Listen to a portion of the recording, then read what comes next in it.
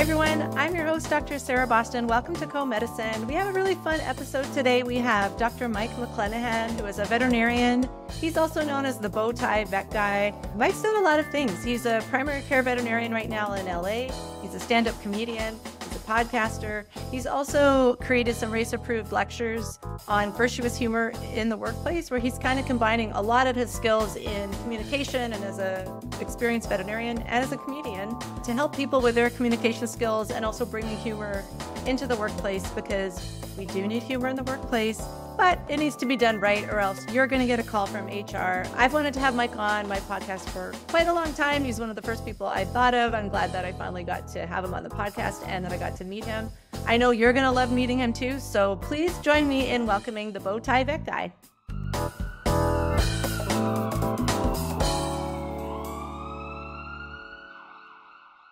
Welcome to the podcast, Mike. Thank you so much for being here. Oh, thank you for having me. It's very exciting. I like being on other people's podcasts rather than my own because I feel like the pressure's off. Oh, yeah. You can just relax. No worries. We got you. Yeah, exactly. Let's jump into it. You're someone I've wanted to meet. I'm always excited when I know very little about my guests because it's amazing. And we are almost the same vintage. I'm a 96 grad. So tell us about your day job. Tell us about being a veterinarian, where you're from, and what you've been doing as a veterinarian. Yeah, I can't believe how old you are. So I graduated from Iowa State in 97, and I've been in private practice and then did some work in industry, working for Bayer Animal Health for a while. Then did some relief work and then back to private practice. And I've been doing that pretty much ever since. And that's just small animal. Started out in Northern California, went to upstate New York, back to Northern California, then Florida, and now I've been in LA for the last about 15 years or so. And I love it. I mean, it is a job I actually like going to in the morning. I had a roommate one time. We got up in the morning, it was Monday, and we're getting ready, and he's like, "Mondays, am I right?" And I was like, "Actually, no. Like, I like my job. It's a good job. I enjoy going to it. I get to see animals and people I like and solve mysteries. No, it's a good job. That's my day job." I love hearing that because I don't know if you heard, a lot of veterinarians are not very happy right now. So I guess that's more of a question, because there is a lot of challenges in veterinary medicine. And I don't want to put pressure on anyone listening who is a veterinarian or any healthcare professional that you should be happy in your job, because maybe it's not for you, or maybe you need to change up your job, or maybe your situation isn't good. And then you should change it. But you kind of answered it, but what do you love about being a vet? What's fun about being a vet? Why do it's been 27 years? Is that right? Oh my God, has it really? Oh, geez. Do you remember when it seemed like those vets that had been out for 20 years were so old? Do you remember that?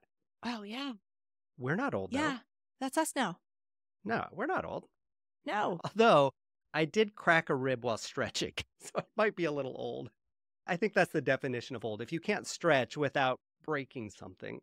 I feel like for this birthday this year, I got just pain. I was like, everything hurts. That's Sally celebrated my birthday generally being in pain. I was like, you wake up and you hurt. Sorry. Good luck. Yeah, something's different this year.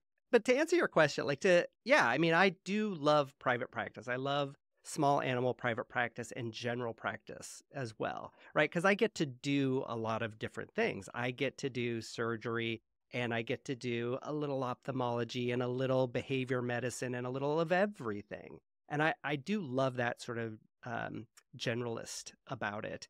But you're right, that's not for everybody.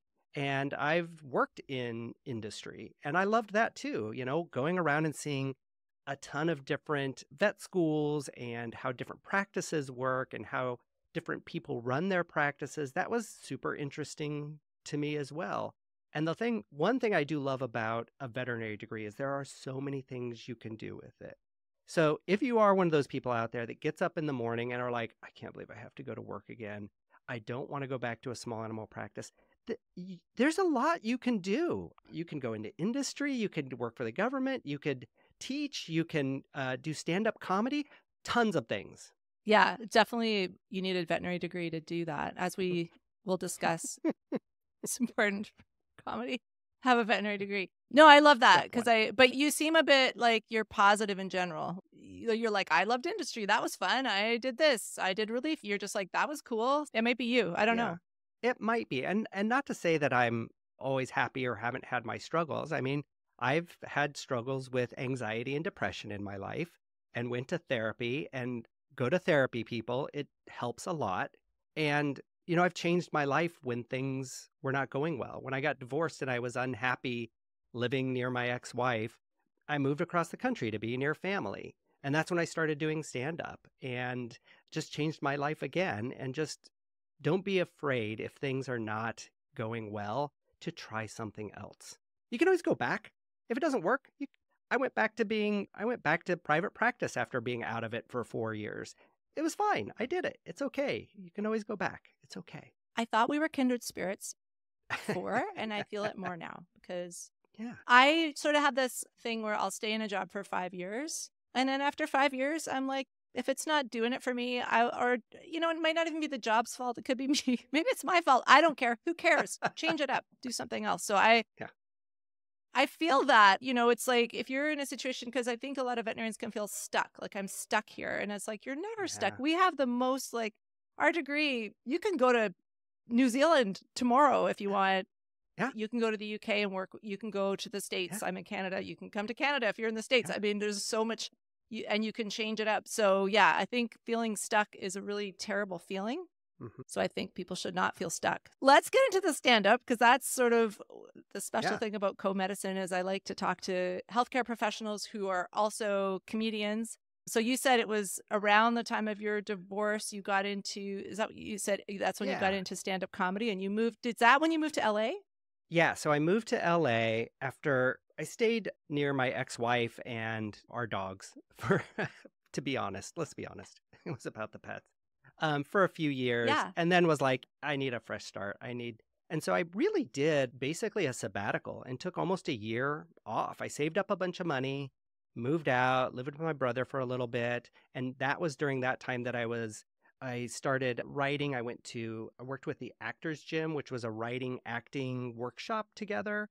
That was a lot of fun. I produced and wrote a web series called The Nevermore Chronicles, which was like the Twilight Zone in 4 minutes. Worked on that. And one of the things that somebody suggested was that I should do stand-up comedy. Because you might be like this, Sarah. I don't know. I was the kid in school who always had a joke. I wasn't the class clown. Like, I wasn't disruptive because we had to get the grades, right? I knew the answers. It was Yeah, like, oh, nerds. call on me. Yeah, totally nerd. But, and I bring that to comedy. Don't worry, I'm a comedy nerd too. Like, I'm like, doesn't everybody know that was a joke that Emo Phillips did in 1987? I think that's where everybody got that joke. But so I was always the kid that, like, even in elementary school, I would always have a joke for my teacher. And my dad happened to be a classmate of my first grade teacher. And so years later, when I started doing stand-up, he said he was at a reunion and saw them and said, well, Mike's out in LA now and he's still doing some vet, but he started doing stand-up comedy, and everybody couldn't believe that I was doing stand-up comedy in LA. Oh, I couldn't believe it. Except for my first grade teacher who said, you tell him I am not one bit surprised. So that was me. I was that kid. And then when I moved out to LA, everybody was like, oh, you should try stand-up. And I understand that there is a vast gulf between we're sitting and chatting and saying something funny and standing up on a stage in front of a few hundred people or 2 people, as the case may be, and trying to tell a joke and be funny. Very different. And so I was just terrified, but I took a workshop. So to be the nerd I am, I was like, well, I'll take a class on this. That's how I'll learn how to do it. And it was the Tao of Comedy workshop with Bobby Oliver. And we did, I think it was 6 or 8 weeks of classes. And then at the end of it, we had to stand up on stage at the Ice House in front of 200 people and do a 5-minute set. And it was terrifying. And it was really bad at first. And then a little bit okay. And then awesome. And I just never looked back. Cool. So that's awesome. Again, similar path, because I'm like, how do you do that? We have to go to class and get our marks, our grades, write everything out. Yeah. Yeah. That's how actually I think a lot of the healthcare people that have gone into comedy, they kind of attack it similarly. Like, I've kind of noticed a trend but I love being around fellow nerds. It's really fun. But so when you first moved out for your sabbatical, I know you weren't doing stand-up at first, but you were doing acting and writing. So was that your plan? Like, I'm taking a break. I'm going to pursue creativity, like, I guess, for lack of a better word.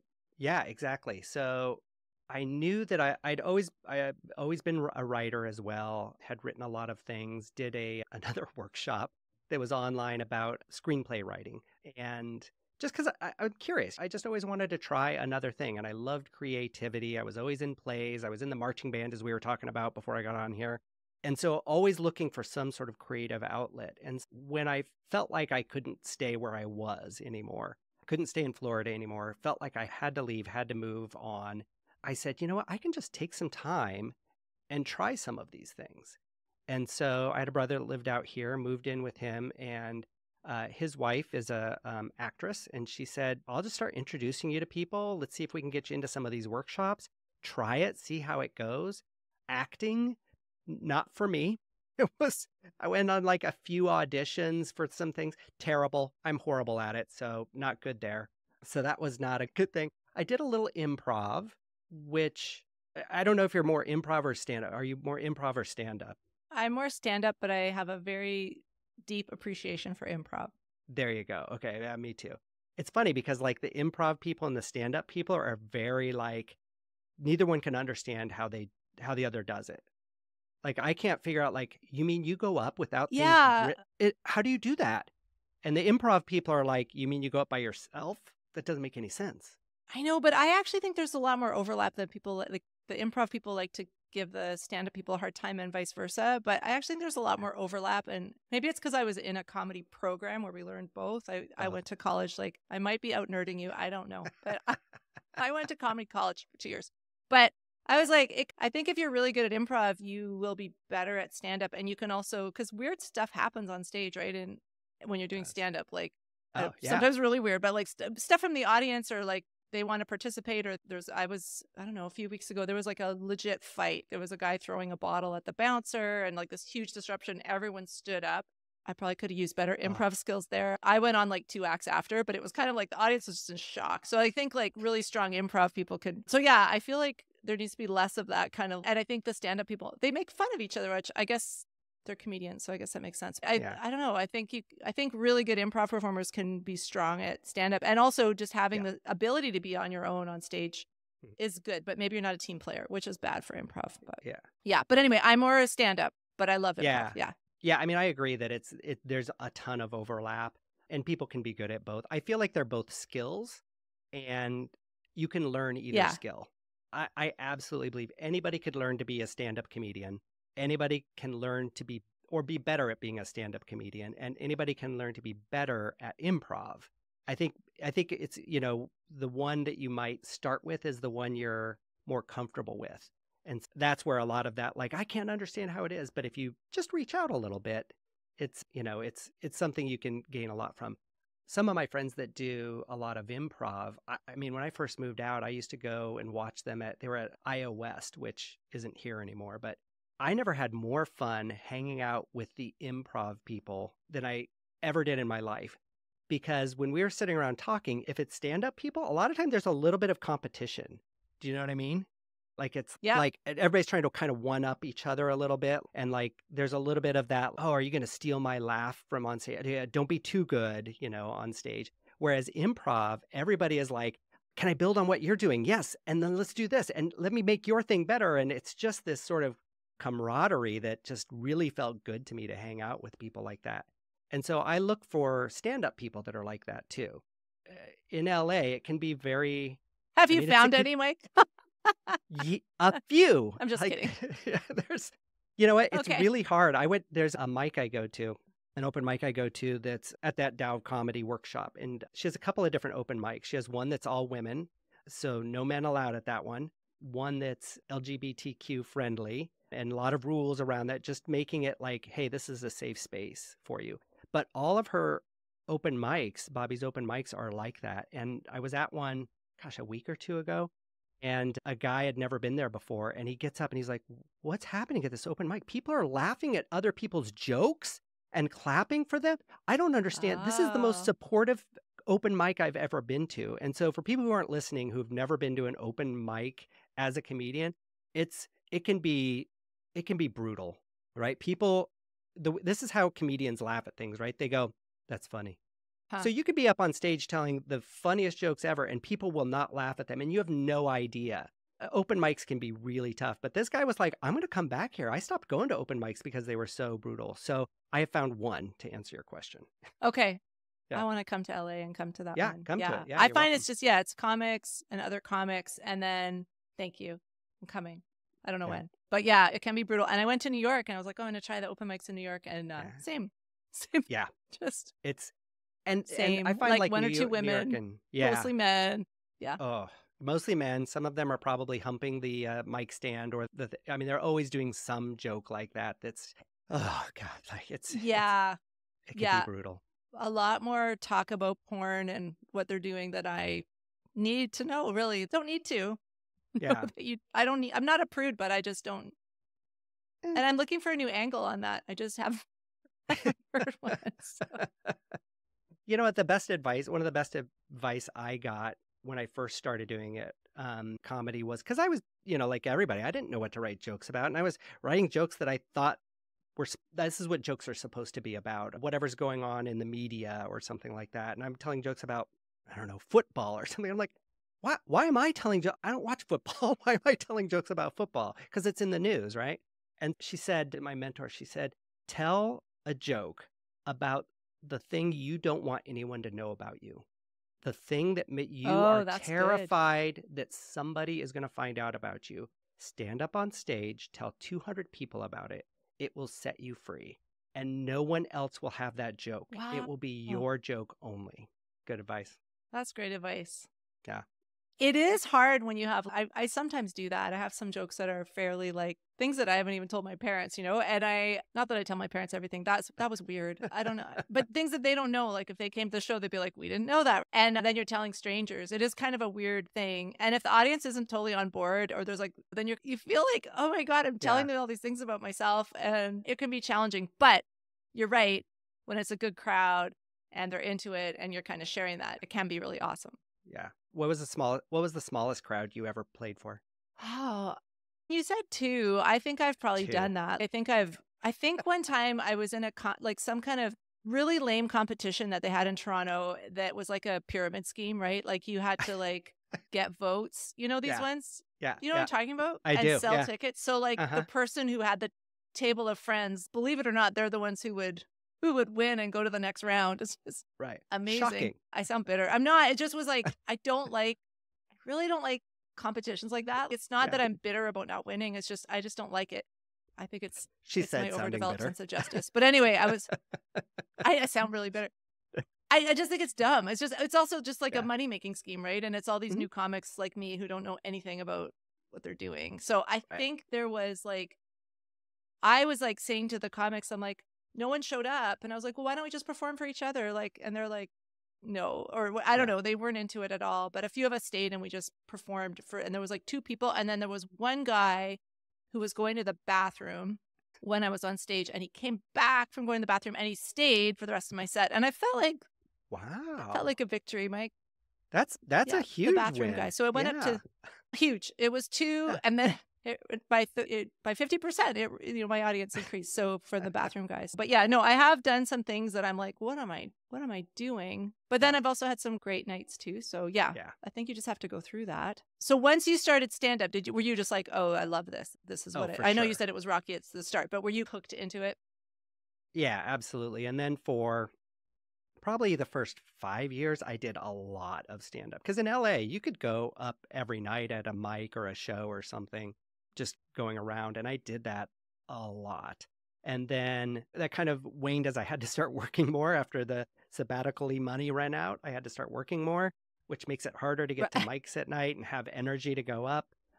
So I did less of those. And during the pandemic, not much. After the pandemic, I've started picking up again a little bit. But really, I've been doing a lot more of, I have my podcast, The Vets Unleashed, doing a lot of that. And then my co-host, Dr. Scott Weinman, he and I have a lecture series that we've been developing. His is on time management and work interruptions. Mine is on virtuous humor in the exam room. So we now have race-approved talks. And now we're developing workshops to teach communication skills and time management skills to residents and interns that are just coming out of school, to teach them like how to give effective presentations and things like that. So that's what we've been spending most of our time doing. Okay, I love this. Okay, what is virtuous humor? What do you mean by that? And what are you trying Yeah. to teach people? Yeah. So virtuous humor, I made that up. And when I say that, I mean, I stole that from, it was actually from I think it was a AMA article in like 2020. There's a lot of actual studies on the use of humor in human medicine. Believe it or not, there's not much on the use of humor in veterinary medicine. So when I started looking like, how can I, if I can teach how to use humor in a clinical setting, I started looking at if there was any research on it, and there wasn't. So I had to kind of extrapolate everything from human medicine. And somebody just threw out that phrase, virtuous humor. And to me, what that means is it's humor that seeks to bring people together, to create connections rather than make divisions. And to me, it had to have three things. It had to be kind, authentic, and professional. And when I look at humor that's used on stage versus humor that's used in a clinical setting, can be vastly different and probably should be vastly different. But then if you take it down even further, the humor you use in an exam room versus in a treatment room, or if the doctors are in the office by themselves, is that going to be different as well? Yeah, it is. Because you're going to have a different intellectual distance from things. The emotional attachment to what's going on is going to be very different as well. My lectures really focus in on how do we use humor to create better connections with our clients and with our colleagues and everybody else that we work with. And then what makes things funny? And then what are some real life examples of that? How do we use humor? What happens if we mess up and we tell a joke that goes over like a lead balloon? How do you backtrack from that and still keep that connection with your clients? Okay, I love that.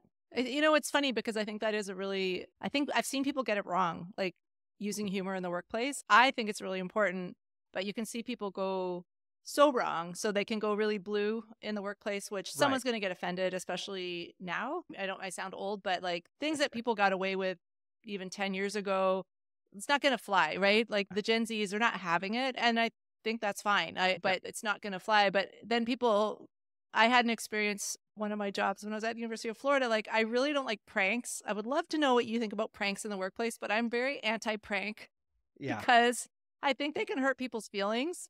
Yeah. Okay, So I don't if I want to, looked actually, at, no, I if I, just want to talk about pranks. I want to know what you yeah. think because, yeah. So if I look at pranks, boy, I mean, it would have to be a very specific relationship that you might have to that you have to have with that person. I think maybe something like, okay, so we had somebody, a technician, it was her last day yesterday. And so she was leaving. So they got her a cake, and the medical director wrote something like, "See ya, quitter," something like that, like basically saying, "Take off, what, we hate you, go away anyway," which is a little bit of a prank. But she knew it. Like we'd worked with her for 8 or 10 years. And so in that case, I think that kind of a low level prank might be okay. But again, if we kind of look at those three things, are pranks kind?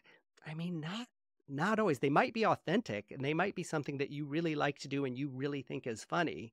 But I think they might be lacking on the other two, the kindness for number one. When we're in a workplace, when we're in an exam room, I mean, people are not there for a roast. They're not there for us Yeah, to yeah. to punch down, right? To use a phrase from comedy, right? We don't want to punch down and make fun of those who are less fortunate. They're coming to us for help. And as veterinarians, punching down might include anybody that we're working with, right? We are in charge of a Yeah. lot of people. So really, we don't want to make fun of people that are either less fortunate or that we have power over in some way. That's not going to be super kind. Could a prank be professional? That's going to be hard as well. So pranks are really touchy. That's going to be a hard one to do. And I don't know, what would you do if you were a medical director and somebody kept pulling pranks and they just wouldn't stop? I mean, you'd have to have an HR sit down with that person, I think. Yeah. Okay. I'm feeling very good about myself right now. No, because it was like, then people are like, you're not fun. And this is how we relieve stress. And humor is important. That people will flip that on you, say, well, humor is important.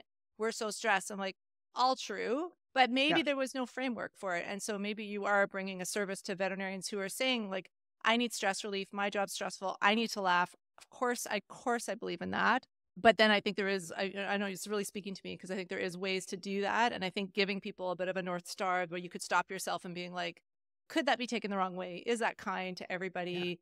I tell people it's always safe to do dad jokes. You know what I mean? Like puns, dumb jokes like that they're stupid. And my technicians, I just started putting these on Instagram a few weeks ago, like recording myself doing the stupid dad jokes that I do all the time. And because they were like, put it on TikTok. And I'm like, what's TikTok? I want Facebook because I'm old. Because we're old. Yeah. And so I started recording them. And there are ones like, what kind of a dog does magic? A Labracadabrador. Stupid joke.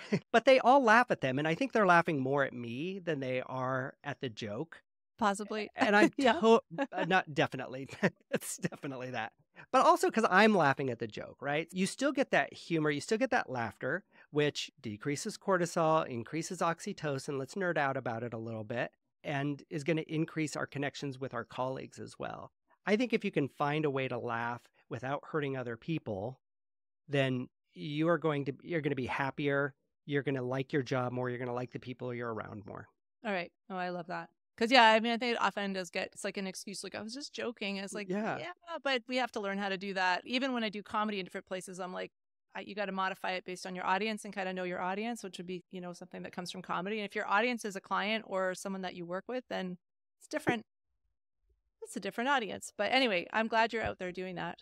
Yeah, you gotta be able to read the client a little bit, read their nonverbal signs that you're getting. Are you having some verbal, nonverbal mismatch, kind of, to use all that jargon and everything? And if you're seeing that, maybe pull back and try to reevaluate what's going on there.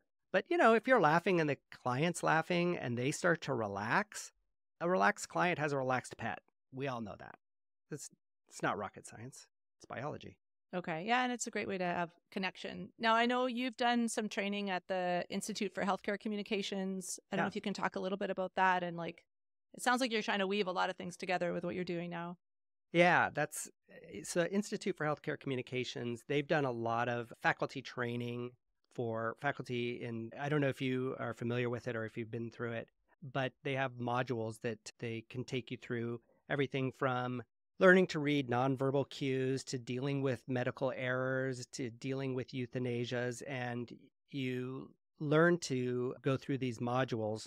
And then I went through the faculty training for that. It was a week-long seminar, and they taught us how to teach these modules to veterinarians and veterinary students. And they've been used all around the world at this point. And so when I did that, it was a lot of things that I feel like I did already. You know what I mean? Like I'm a pretty good communicator. I'm pretty good at reading people. I feel like I genuinely make connections pretty easily with people. What this training did was it put words to all of that, if that makes sense. It taught me why I'm good at doing the things I'm good at doing, what it is that works. And now when I'm doing them, I can go, oh, I see this person's a little tense. Maybe now's not a good time for a joke, but maybe I could do some matching and leading, you know what I mean? Where they're sitting there with their arms crossed, I'm going to cross my arms, and then I'm just going to relax and see if they just relax as well. And these are things I did automatically, but now I know what it is that I'm doing and why it works. And these, again, just stand-up or improv, these are techniques and skills that anybody can learn and anybody can learn to recognize. All right. That's awesome. So in general with your client, I mean, maybe you can't even answer this, but in general, are you pretty lighthearted? Like you try to bring humor in, or are you really just waiting and seeing, okay, where are they at? Yeah, I think I'm seeing where they're at, but where I'm at is ready to laugh. So I'm almost always ready for jokes. And I don't know if you're like this, but if I'm in the car, I'm in the shower getting ready, I'm constantly writing new jokes. I'm thinking about, this is a joke I told on stage, and how could I riff on that? I'm always doing that so that when I go in a room, I'm already in a mode of wanting to laugh and be friendly. But let's say, so yesterday I had a dog that came in and hadn't seen it for a while, and it had a tumor at the base of its tail. That's all I knew about it. And I thought, oh, tumor at the base of the tail. This is going to be, maybe we'll do an aspirin. This is going to be fun. Like, these are interesting cases. And I get in there and the woman is on the floor crying, and the dog has like a mass. It was a mast cell tumor, and it was bleeding at the base of the tail. And she'd already been to another vet who said it was a mast cell tumor and she didn't know what to do. And the dog was in pain and she couldn't get more medicine and she's crying. And that is not the time to tell a joke, right? So I know that that's a pretty obvious one, but there's a vast array of human emotions that you could see when you walk into a room, and you've got to be able to read that very quickly. An owner sitting on the floor crying, not the place for a joke. We all know that. I'm gonna try to figure out why she's upset, what's going on with her, and help her dog as best we can, and have her leave in a place where she feels like she's got some tools to deal with what's going on. But maybe it's just somebody who is nervous because I had somebody a few months ago, I had no idea the guy was so nervous, but when I'm listening to the heart, I could just see he was so tense and I couldn't figure out why. And the dog was perfectly healthy, young dog. And then it was little Boston and it licked my face. And I looked at him and I said, he's like, oh, sorry about that. I'm like, oh, no problem. Everybody knows Bostons can't hold their liquor. Stupid joke. And he laughed and he relaxed. And I was like, yeah, so everything sounds good. And he's like, oh, good. My last dog died of heart disease. And I was like, okay. Yeah, that joke broke the ice. It gave him a second to breathe. He laughed. He let off that tension, and it gave him a second to tell me what was going on in his head. And I said, great, let's listen to that heart again one more time. Let's talk about heart disease and what we're going to be looking for and how do we know if it's happening. But without that joke, I don't know that I would have gotten there. I want to talk a little bit about your podcast, Mhm. Vets Unleashed. Can you tell us about that? Yeah, the Vets Unleashed is two veterinarians who've known each other since vet school. And we have cocktails and talk about veterinary medicine. It's everything from love in veterinary medicine to emotional blackmail. We've talked about dealing with medical errors, and we talked about AI. So whatever we think about, we make a cocktail and sit around and chat about it for a little bit. You should come on. Does this get into, I would love to have cocktails with you. Are you like, and I'm sorry I don't know this, but is this like drunk history or could it be?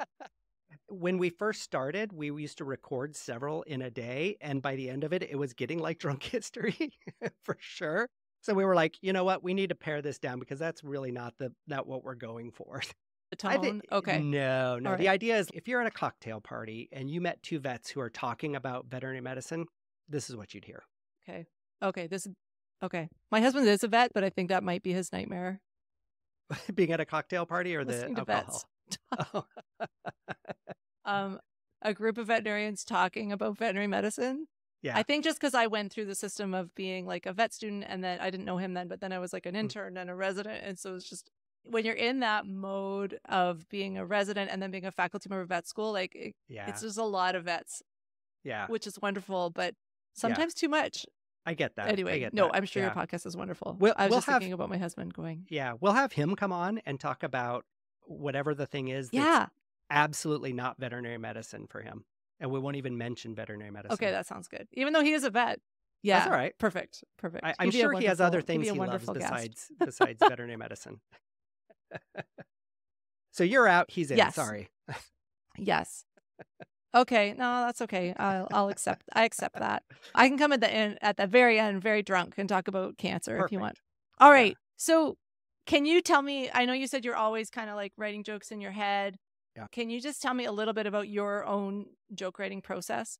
Yeah, I definitely do a lot of writing in a how do I want to phrase this? Like more of a active way, right? Like so, when I write jokes, I stand up, pretend like I'm holding a microphone and walk around my living room, or I'm in the shower and I'll find that I'm pretending like I'm holding a microphone. And that's when I'm just riffing and going through those jokes. And then when I get something that's good, I write it down. And that's how I come up with most of them, because I find that those times when I'm relaxed, again, the shower, on a long walk with my dogs, just in the living room in between doing housework or something, I'll relax for a minute. And that's when my brain goes. I give my brain a chance to just sort of explore those things. And most of it's terrible. That's how it is with jokes. Most of them are horrible, but every once in a while you get one that's good. And every once in a while too, you'll have one, just to talk about improv again, that'll pop out on stage that you never thought of. So I'm constantly recording myself, making little video or audio recordings so that I can remember it. Because if you don't write it down or record it in some way, it's gone. it's out of there.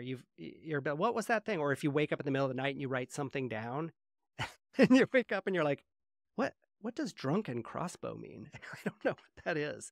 So that's my usual process. But at the mic I was at, I think it was 2 weeks ago, no, it was about a month ago now. Again, just being very personal and genuine and vulnerable about your comedy. They had on the microphone where they have like the microphone covers now since COVID. You know what I'm talking about? Yeah. So they had that. And you may not know, I have a familial tremor. You can see, I'll show everybody, which I don't talk about very much. And it's getting worse as time goes on. So am I right? This is the hand I shoot with. This hand, not so bad. And this is what it's like when I don't take my propranolol. And so I'm standing up there and I couldn't do it. Like I was really having a lot of trouble getting that microphone cover on. And so immediately then I start talking about that. I'm like, I'm sorry, everybody. And everybody's like, oh, let us help you. I'm like, don't help me. I can do it. I can make it. So I get the cover on. I was like, I know this is uncomfortable for people to see, but I promise in about 5 seconds, it's going to be funny. And I go, my name is Mike and I'm a surgeon. So they're like, yeah. So then I went a whole thing about like how, it's okay because I'm a veterinarian. I'm not that kind of a surgeon. It's fine. There's fur to cover it. But I had none of that planned. But again, I just went with it. And it was something it was hard for me because I'd not really had that experience of being on stage and everybody seeing my tremor, and the tremor is getting worse. And it was freeing. It was great. And again, it was a very supportive open mic. Everybody was like, thanks for telling that. Oh, that was awesome. But I'd never done that before. First time. Yeah. That's cool. Yeah. The audience can often, it's funny how they can get on board with something or turn, but like, everyone probably really wanted you to get the thing on. They're watching you and they're watching me struggle. And they were like, can we help you? I'm like, don't help me. No, I can do it myself. I'm not an animal. Oh, wow. We've stopped doing those covers. Those were just at the height of COVID. No one does that in Canada. It hadn't been for a long time. Yeah. It was just this one place was doing it. I don't know why they were still doing it. It did. Yeah. Right. Or they just like it. What a time for us. Yeah. Maybe someone's a bit germophobic and they're like, this is better actually. And maybe it is. I don't know. I don't know if it is. It is gross if you start thinking too much about everyone touching it and spitting into it, and then you just pass it, shake hands, and then you just keep passing it on. I remember during COVID, I was like, oh, that maybe isn't the best. I don't know. Some people get really close to the microphone. Yeah. Yeah. Really close. Yeah. It's a lot of spittle in the microphone. Yeah, so you answer this, but what do you like to talk about being a vet on stage? Do you tell people you're a veterinarian typically, or do you I'm just Mike, I'm just a guy doing comedy? Yeah. When I started, I didn't do much about being a veterinarian, and it felt weird to have those. I didn't feel like I could put the two together. I had a really hard time with that. And if anybody ever told jokes about their pets, somebody would be like, I don't know, like, oh, my dog was growling at its foot and I must have a ghost foot. And this dog, and they're telling this bit about their dog growling. And I'm like, that's a seizure. Your dog needs to go to the vet. It's having a seizure. So that was really hard for me to like have that disconnect. So it's hard for me to listen to people's jokes about their pets and me thinking like, I can help you with that, please. And so for a long time, I did very few jokes about being a vet. More recently, the way I've taken it is talking more about, again, my life. Like I have a dog, Ben, who has a lot of anxiety. He was a pandemic dog that was a rescue, had a broken leg, and the owners couldn't take care of him, and he ended up at a rescue. And then, of course, I ended up with him.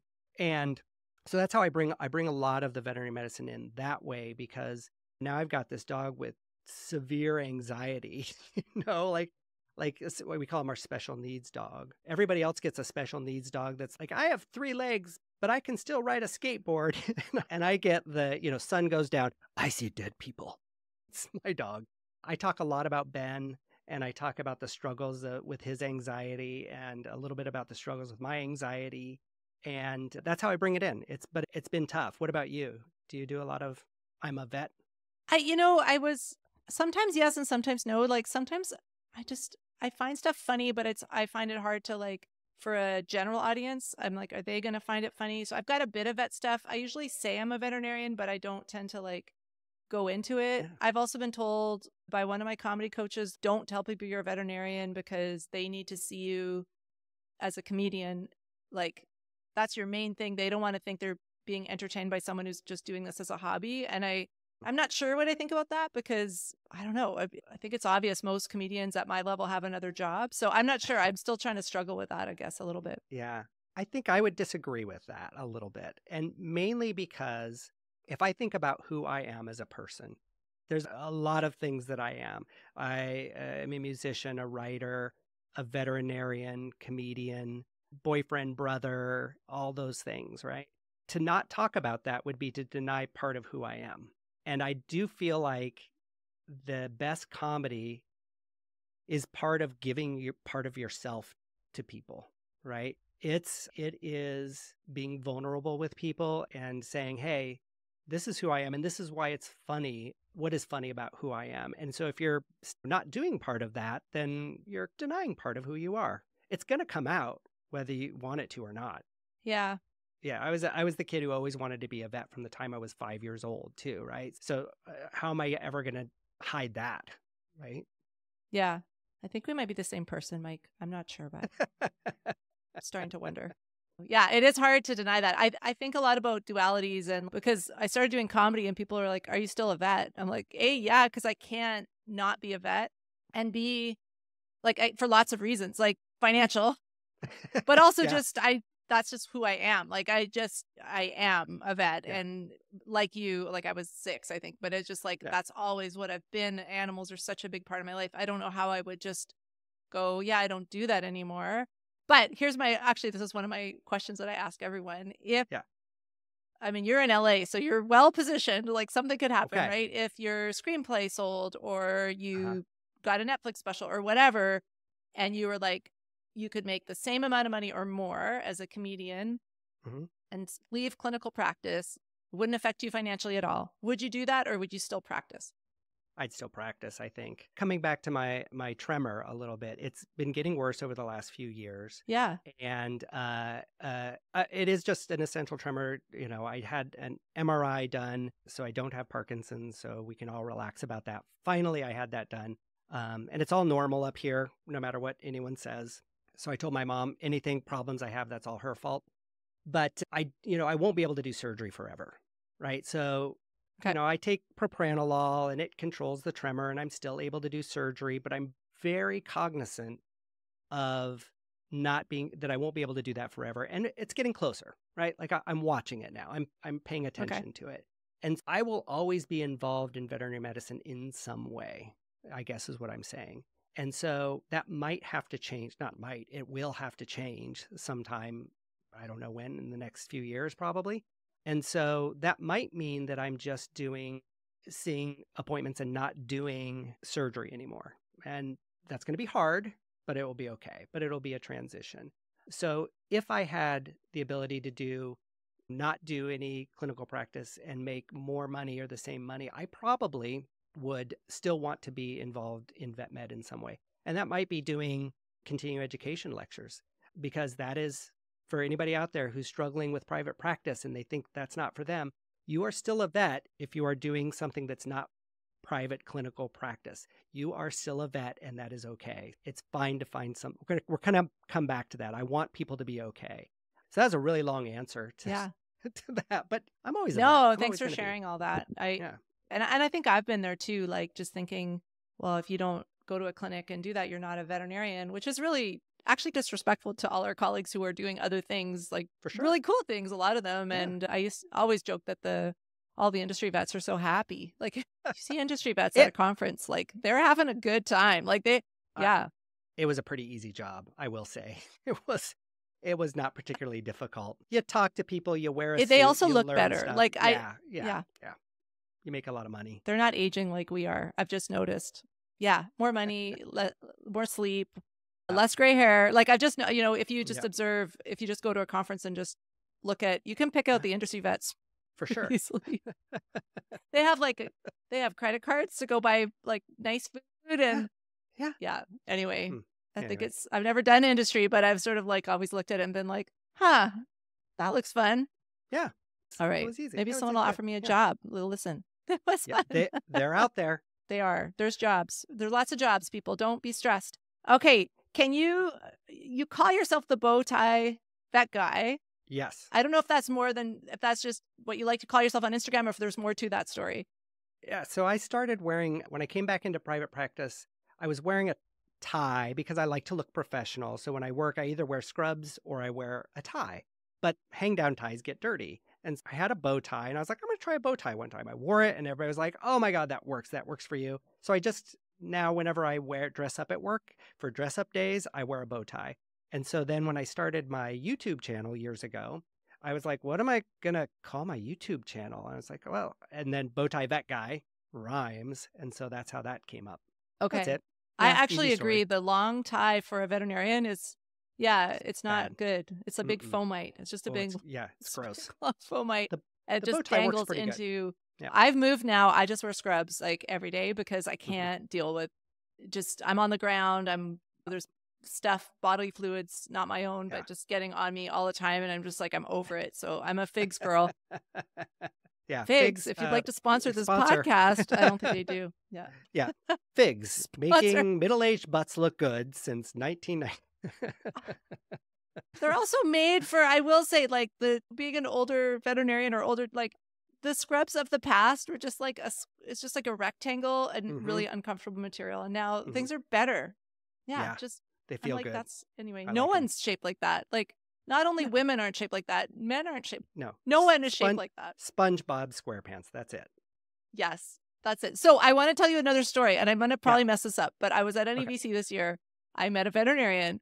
I'm pretty sure his name's Mike or Michael. I think his last name is the same as yours. Do you know this guy? I do not. He wears a bow tie. It wasn't me. Yes, he's out there. I got his card. It wasn't you. Does he look like me? But bow tie's his thing. Not at all. No. Good. But he's there. He's in the world. I love it. Maybe he's listening right now. Bow tie, other bow tie. He's very nice. Guy. He's very nice. He's good. Bow tie guys are nice. With, I think, the same name or almost the same name.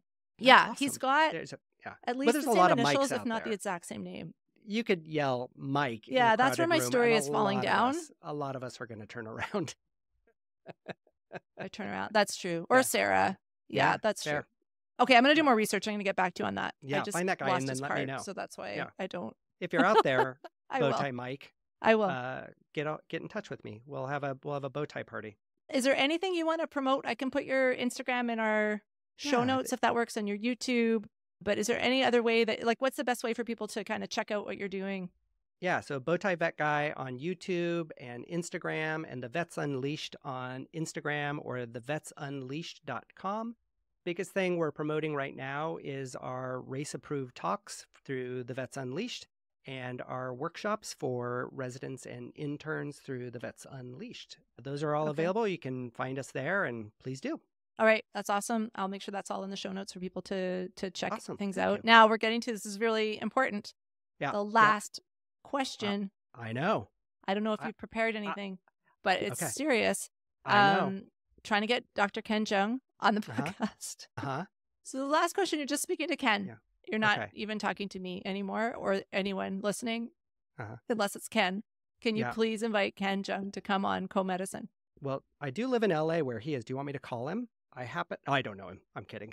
Yeah, do it. So here, the only connection I have with him is that one of my clients was a nurse that worked with him years ago.